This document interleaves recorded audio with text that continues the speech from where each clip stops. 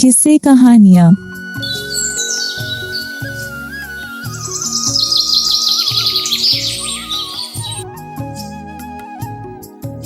उदयपुर राज्य में राजा राम अपनी पत्नी सुमित्रा के साथ रहता था और उसका बड़ा भाई भोला राम अपनी पत्नी गंगा के साथ दूसरे गांव में किराए के मकान में रहता था, क्योंकि उसकी पत्नी गंगा को उसके पिता और देवर के साथ रहना पसंद नहीं था।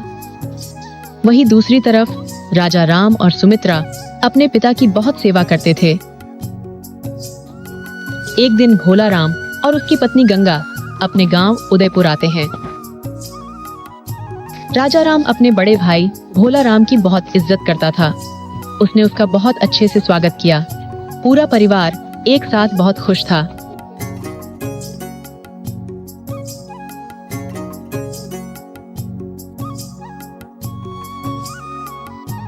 सुनिए जी, आज भगवान के दर्शन के लिए हमें मंदिर जाना है। लेकिन सुमित्रा, हम मंदिर कैसे जा सकते हैं? तुम तो जानते ही हो पिताजी की तबीयत कितनी खराब रहती है।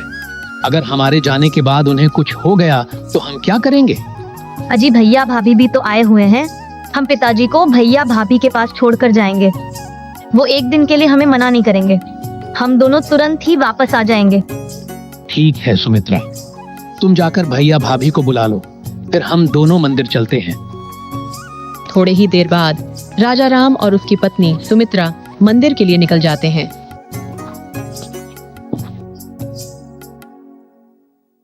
तभी भूषण की तबीयत खराब होने लगती है और भूषण अपनी बड़ी बहू गंगा से कहते हैं, अरे ओ बड़ी बहू, सुनती हो?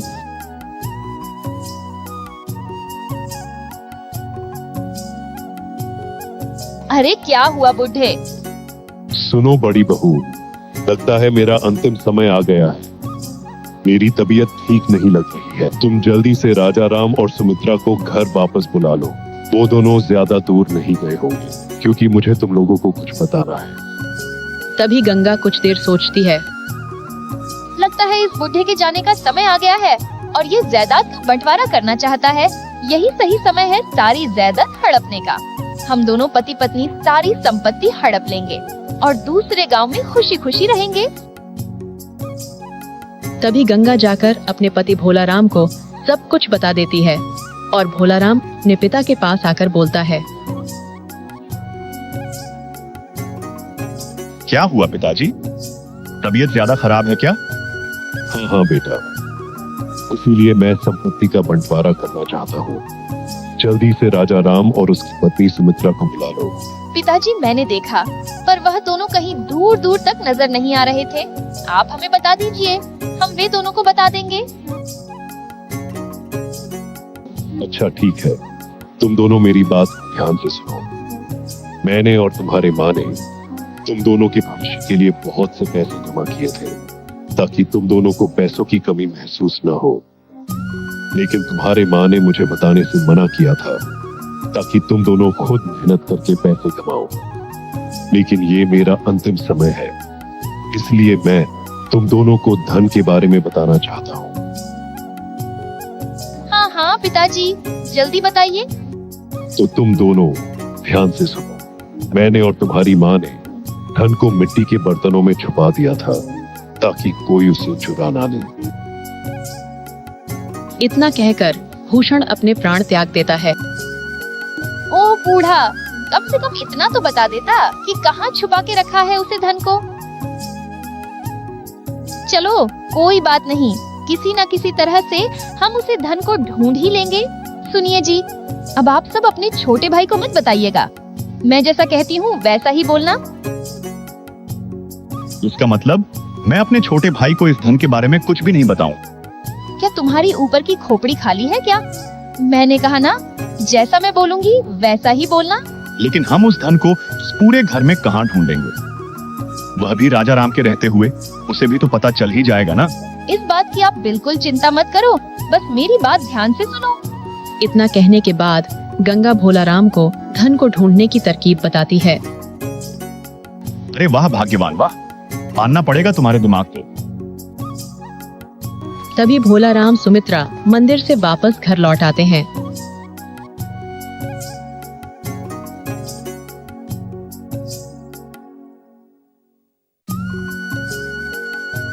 अरे पापा जी, क्या हो गया आपको?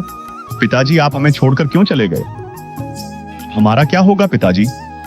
तभी यह सब देखकर राजा राम कहता है,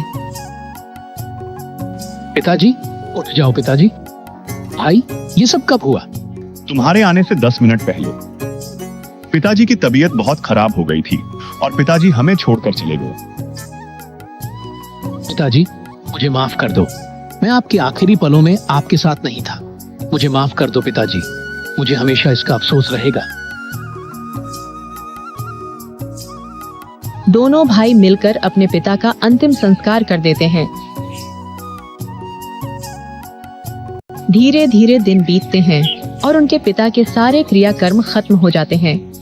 धीरे धीरे घर खाली सा हो जाता है। फिर एक दिन भोला राम अपने छोटे भाई राजा राम से कहता है,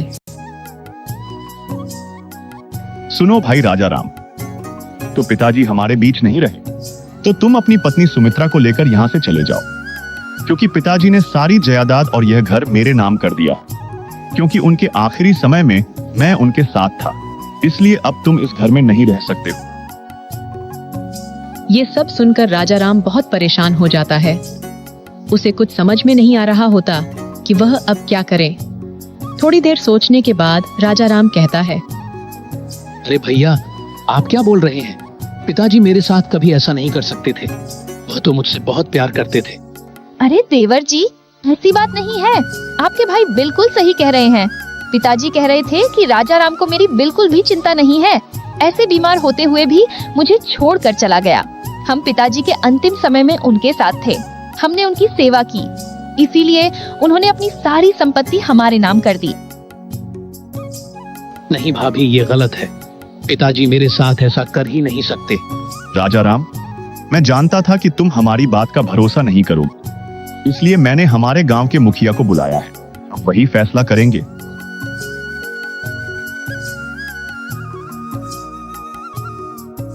थोड़ी ही देर बाद वहाँ मुखिया जी आते हैं और भूषण के लिखे हुए खत को पढ़ते हैं। मैं भूषण इस कागजात में जो कुछ भी लिख रहा हूँ वो अपनी मर्जी से लिख रहा हूँ। मेरे मरने के बाद मेरे सारे खेत और मेरी सारी संपत्ति मेरे बड़े बेटे भोला राम के नाम हो, और छोटे बेटे के नाम गांव के बाहर पहाड़ी की चोटी के नीचे जो छोटी सी झोपड़ी बनी हुई है और वहां की थोड़ी सी जमीन उसके नाम कर रहा हूँ।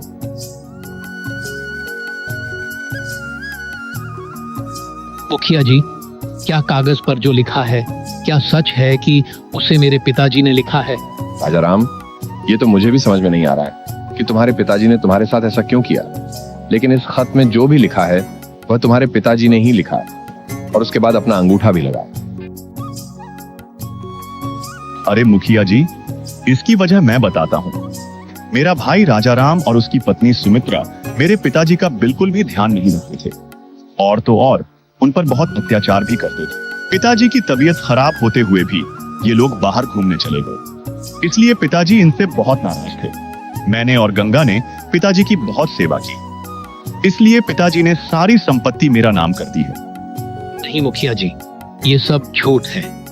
मैं और मेरी पत्नी पिताजी का बहुत अच्छे से ख्याल रखते थे और पिताजी हमारे साथ खुश भी थे। हाँ राजा राम, तुम बिल्कुल सही कह रहे हो, लेकिन मैं कुछ नहीं कर सकता। हमारे पिताजी ने साफ साफ लिखा है और सबूत के तौर पर अपना अंगूठा भी लगाया है, इसीलिए मैं इस मामले में कुछ नहीं कर सकता। मुखिया के इतना कहते ही भोला राम और गंगा बहुत खुश हो जाते हैं। तभी भोला राम मुखिया से कहता है, मुखिया जी, अब आप राजा राम को साफ साफ बता दीजिए कि वह अपनी पत्नी को लेकर यहाँ से चला जाए। भैया, ये आप क्या कह रहे हैं? मैं आपका छोटा भाई हूँ। पिताजी मुझसे नफरत करते थे तो क्या हुआ? आप तो मुझे अपना पास रख सकते हैं ना? इन सभी बातों को सुनकर मुखिया बोलता है, राजा राम, तुम्हारे पिता के लिखे वसीयत के अनुसार गांव के बाहर की झोपड़ी और थोड़ी सी जमीन तुम्हारी है। तुम अपनी पत्नी को लेकर वहां चले जाओ। लेकिन मुखिया जी, वो झोपड़ी तो पूरी तरह से खराब है। हम भला वहाँ कैसे रहेंगे? अरे इसमें गलत क्या है? तुम लोगों को वैसा ही परिणाम मिला जैसा तुमने पिताजी के साथ किया, और हमें भी वैसा ही परिणाम मिला जैसा हमने पिताजी के साथ किया। नहीं भाभी, आप बिल्कुल झूठ बोल रही हैं। पिताजी हमारे साथ ऐसा नहीं कर सकते। पिताजी हम दोनों से बहुत प्यार करते थे।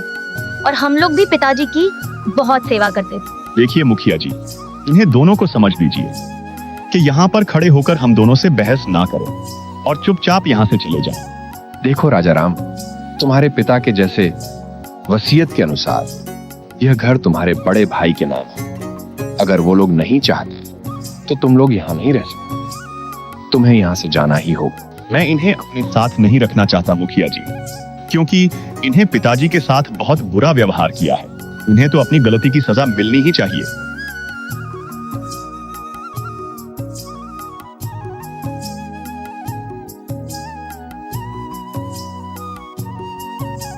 सुनिए जी, चलिए यहाँ से, अब ये घर हमारा नहीं है।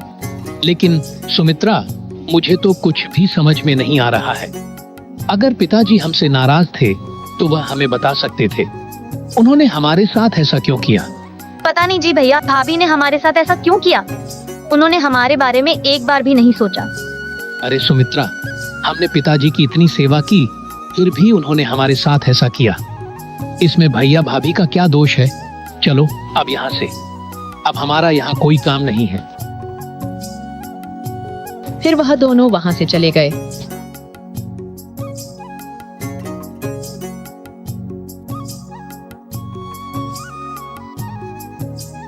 तभी भोलाराम अपनी पत्नी गंगा से कहता है, अरे वाह भाग्यवान, क्या दिमाग है तुम्हारा। पिताजी की छुपाई हुई सारी जायदाद भी हमारी हो गई और ये घर भी हमारा हो गया। अजी अच्छा हुआ कि हमने पिताजी के कागज बदल दिए और उन पर उनका अंगूठा लगवा लिया। संपत्ति हमारी है और मकान भी हमारा है। अब हम दोनों यहाँ आराम से रह सकते हैं। थोड़ी देर बाद मुखिया जी राजाराम के पास आते हैं।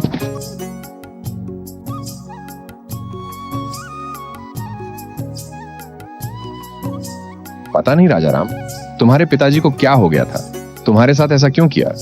ये बात तो मुझे भी समझ में नहीं आ रही है, वरना पूरा गांव जानता है तुम्हारे पिताजी की सेवा सबसे ज्यादा किसने की है। मुखिया जी, मुझे जमीन जायदाद का कोई लालच नहीं है, लेकिन पिताजी के मन में हमें लेकर इतनी नफरत थी, यह बात मुझे अंदर ही अंदर खाई जा रही है। राजाराम, अब मैं चलता हूँ। तुम्हें किसी भी चीज की जरूरत हो तो मुझे बता दें। इतना कहने के बाद मुखिया वहां से चला जाता है। राजाराम अपनी पत्नी सुमित्रा से कहते हैं, सुमित्रा, अब हम क्या करेंगे? मुझे बिल्कुल भी अच्छा नहीं लग रहा है कि पिताजी हमसे इतनी नफरत करते थे। नहीं नहीं, ऐसी बात नहीं है। पिताजी तुमसे बिल्कुल भी नफरत नहीं करते थे, वे हमसे बहुत प्यार करते थे। तुम कल मुखिया जी के पास जाओ, वे तुम्हें कोई काम जरूर दिलवा देंगे। अब चलो अंदर चलते हैं और सफाई करते हैं। सुमित्रा घर के अंदर जाती है और साफ सफाई करने लगती है। थोड़ी ही देर बाद घर के अंदर से सुमित्रा आवाज लगाती है। राजाराम जल्दी से घर के अंदर जाता है।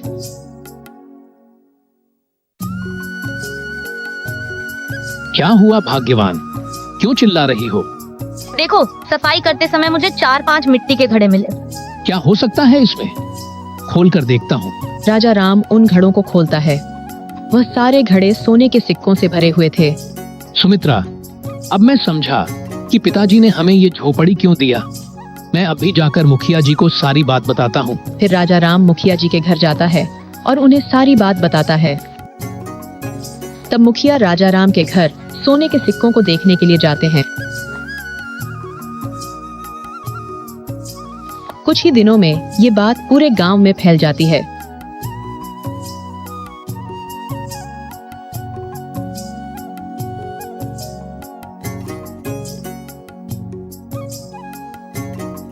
एक दिन गांव का एक आदमी भोलाराम के पास आता है और बोलता है, भोलाराम भाई, गजब हो गया। अरे भाई, क्या गजब हो गया? गजब हो गए पता नहीं है क्या? तुम्हारे भाई राजाराम की झोपड़ी में 4-5 सोने के सिक्के से भरे घड़े मिले हैं। अरे भाई, क्या बोल रहे हो? तुम्हारा दिमाग तो ठीक है ना? मैं सच कह रहा हूँ। अगर तुम्हें मेरी बातों पर भरोसा नहीं है तो तुम मेरे साथ चलकर खुद देख लो। ये बात पूरे गांव को पता है, बस तुम्हें ही नहीं पता। फिर भोलाराम अपनी पत्नी के पास जाकर कहता है, अरे गंगा, पिताजी ने सारे मटके उसे झोपड़ी में ही छुपा कर रखे थे। चलो देखते हैं।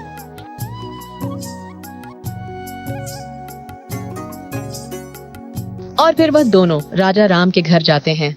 वहां पर पहुंचकर भोलाराम अपने छोटे भाई से कहता है, हाँ, सब मेरा है। पिताजी ने मेरे लिए यह धन इस झोपड़ी में छुपा कर रखा था। इसका मतलब आपको खजाने के बारे में पहले से मालूम था? हाँ हाँ, मुझे पहले से मालूम था। पिताजी ने मुझे पहले ही बताया था इस धन के बारे में, लेकिन ये नहीं बताया था कि यह धन कहाँ रखा हुआ है। आपने तो मुझे किसी खजाने के बारे में बताया ही नहीं। आप कैसे भाई हो? आप एक नंबर के मक्कार, धोखेबाज और लालची भाई हो। अरे राजा राम, अगर मैं तुम्हें इसके बारे में बता देता तो तुम कब का इसको ले लेते। तभी पास में खड़े मुखिया जी बोल पड़े, भोला राम, तुम धन को अपना साथ नहीं ले जा सकते। कानूनी तौर पर यह घर राजा राम का है, इसलिए इस धन पर भी उसका ही अधिकार। मुखिया जी, कागजात नकली है। पिताजी के मरते समय हमने धोखे से उनका अंगूठा एक खाली पन्ने पर ले लिया था और उसकी मदद से सारे जमीन जायदाद अपना नाम कर ली थी। वाह भोला राम, वाह, तो तुमने बहुत ही बड़ा पाप किया है। तुमने एक मरते हुए आदमी का अंगूठा लिया है, तुम्हें इसकी सजा जरूर मिलेगी। तभी गंगा बोली, मुखिया जी हमें माफ कर दीजिए। मुखिया जी, ये सब मैंने ही इनसे करने को कहा था, हमें माफ कर दीजिए। तुम लोगों को सजा तो जरूर मिलेगी। मैं तुम्हारी शिकायत उदयपुर के राजा महाराज कौशल देव के पास लेकर जाऊंगा। इसका मतलब पिताजी मुझसे नाराज नहीं थे, वह मुझे अपने आखिरी समय में भी याद कर रहे थे। हन भाई, पिताजी तुमसे नाराज नहीं थे। अपने आखिरी समय में भी तुम्हें बुलाकर हम दोनों को खजाने के बारे में बताना चाहते थे, मगर मैं लालच में आ गया था। मुझे माफ कर दो मेरे भाई, मुझसे बहुत बड़ी गलती हो गई। आपने मुझे धन संपत्ति नहीं दी, इसका मुझे दुख नहीं है, लेकिन आपने मुझसे पिताजी के नाम पर इतना बड़ा झूठ बोला, इसके लिए मैं आपको कभी माफ नहीं करूंगा। आप एक नंबर के मक्कार, धोखेबाज और लालची भाई हो। आपकी सजा यही है कि आप मुझसे बहुत दूर चले जाओ। भोला राम और गंगा के हाथ में कुछ भी नहीं लगता और दोनों वहाँ से चुपचाप चले जाते हैं। दोस्तों, अगर आपको वीडियो पसंद आया हो तो लाइक और शेयर जरूर करें। चैनल को सब्सक्राइब करना ना भूलें और बेल आइकन दबाएं ताकि आप हमारी हर नई कहानी सबसे पहले देख सकें। मिलते हैं अगली मजेदार कहानी में। किस्से कहानियाँ।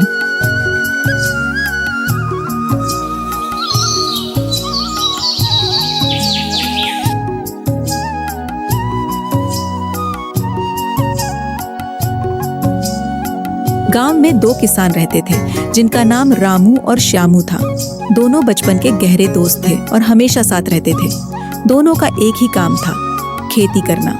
रामू मेहनती और ईमानदार था। वह हर दिन अपने खेत में सुबह से शाम तक कड़ी मेहनत करता और फसल की अच्छी देखभाल करता। दूसरी ओर श्यामू आलसी था। वह हमेशा काम से बचने के बहाने ढूंढता और अधिकतर समय आराम करता। सूरज की पहली किरण के साथ रामू जाग चुका है। वह खेत में जाने के लिए तैयार है। रामू, इतना जल्दी क्यों उठ गए? थोड़ा और आराम कर लेते। गौरी, सुबह का समय सबसे अच्छा होता है। अगर मैं अभी काम शुरू कर दूं तो दोपहर तक बहुत कुछ हो जाएगा। लेकिन नाश्ता तो कर लो, खाली पेट काम कैसे करोगे? एक काम करो, मुझे खाना पैक करके दे दो, मैं वहीं खा लूंगा। ये लीजिए अपना खाना, लेकिन अपना ध्यान रखना, ज्यादा धूप में काम मत करना और टाइम से खाना खा लेना। हाँ गौरी, चिंता मत करो। इतना कह के रामू काम के लिए निकल जाता है। दूसरी ओर सूरज चढ़ चुका है और श्यामू अभी भी सो रहा है। सुमन परेशान होकर कमरे में आती है। अजी, सुनते हो? अभी तक सो रहे हो? सूरज सिर पर आ गया है, आज काम करने नहीं जाना? इतना सारा काम पड़ा है और तुम्हें कोई चिंता ही नहीं है।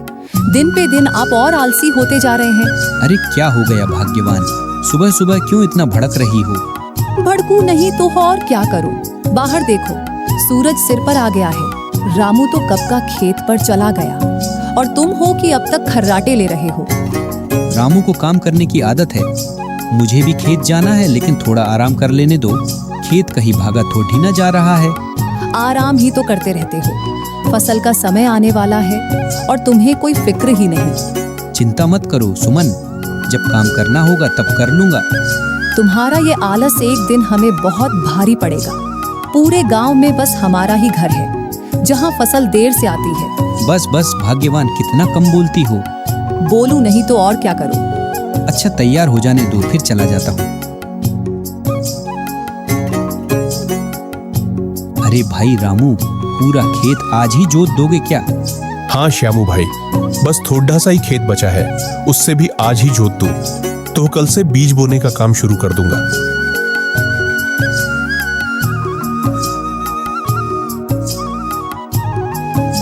इतनी कड़ी धूप है, इतनी कड़ी धूप में तो काम करना बहुत मुश्किल होगा। एक काम करता हूँ, थोड़ी देर आराम कर लेता हूँ, फिर खेत जोतना शुरू करूंगा।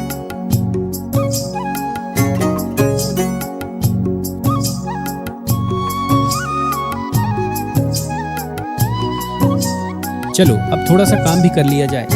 रामू और श्यामू दोनों ही काम में लगे हुए हैं।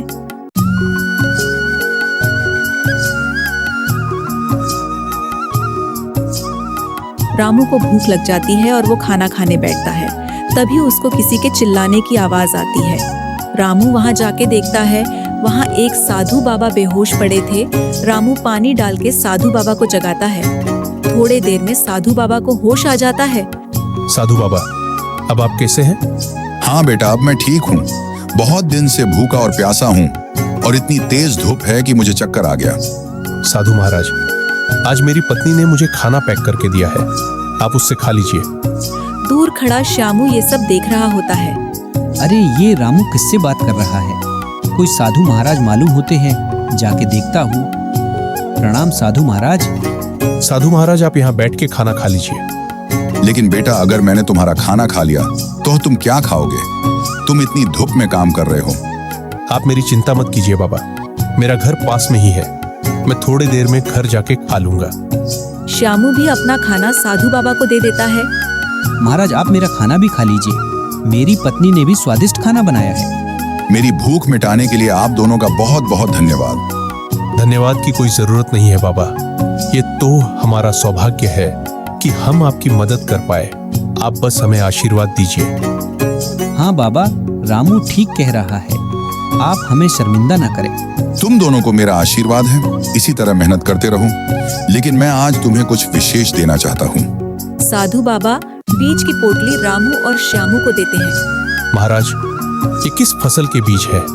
बेटा, ये जादुई बीज है, इसे अपने खेत में डाल देना, तुम्हारी फसल बहुत अच्छी होगी। लेकिन ध्यान रहे, इसका जादू तभी काम करेगा जब तुम दिल लगा के मेहनत के साथ फसल की सेवा करोगे।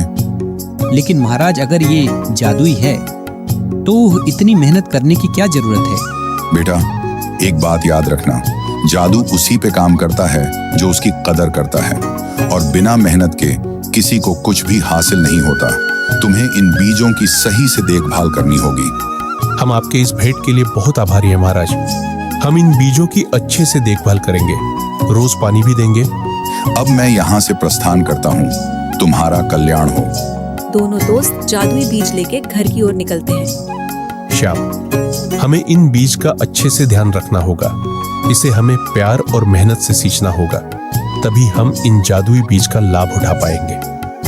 भाई रामू, मुझे तो लगता है कि अगर ये बीज जादुई है तो हमें इतनी मेहनत करने की कोई जरूरत नहीं है। मुझे नहीं लगता कि रोज पानी देने की कोई जरूरत है। ये जादुई बीज हैं, ये अपने आप बढ़ जाएंगे और फल देंगे। श्यामू, साधु महाराज की बातों को ऐसे नजरअंदाज मत करो। उन्होंने साफ साफ कहा था कि प्यार और मेहनत के बिना कुछ नहीं मिलेगा। मैं तो कोई जोखिम नहीं लेना चाहता, मैं तो इन्हें अच्छे से सींचूंगा। दोनों घर पहुंच के ये बात अपनी अपनी पत्नियों को बताते हैं।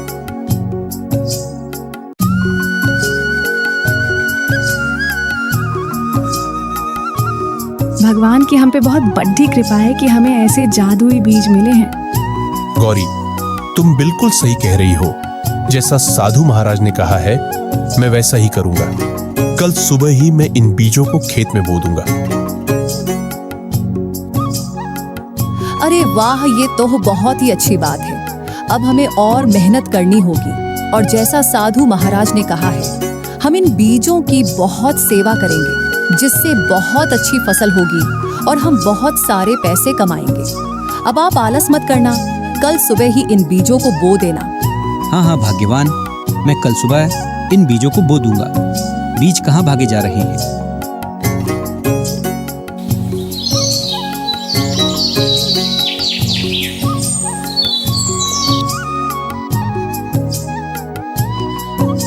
गौरी, हो सकता है आज मैं खेत से थोड़ा लेट आऊं। साधु महाराज ने जो बीज दिए थे आज उसे बोना है।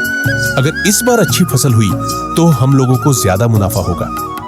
मैं जानती थी कि आज आप देर तक काम करेंगे, इसीलिए आज मैंने थोड़ा ज्यादा खाना भी बांध दिया है। जब आपको भूख लगे आप खा लीजिएगा।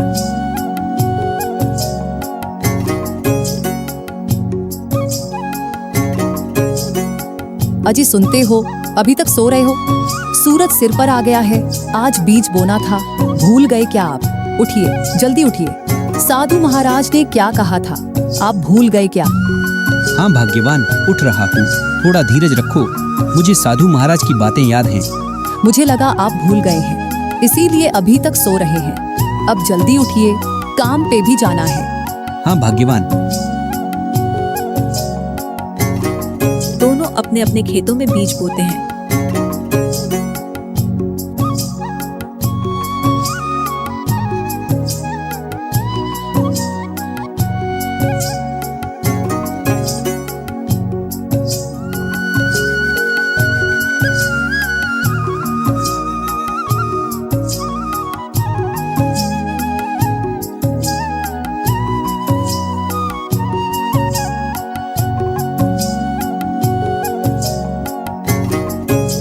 खेत का सारा काम अच्छे से हो गया?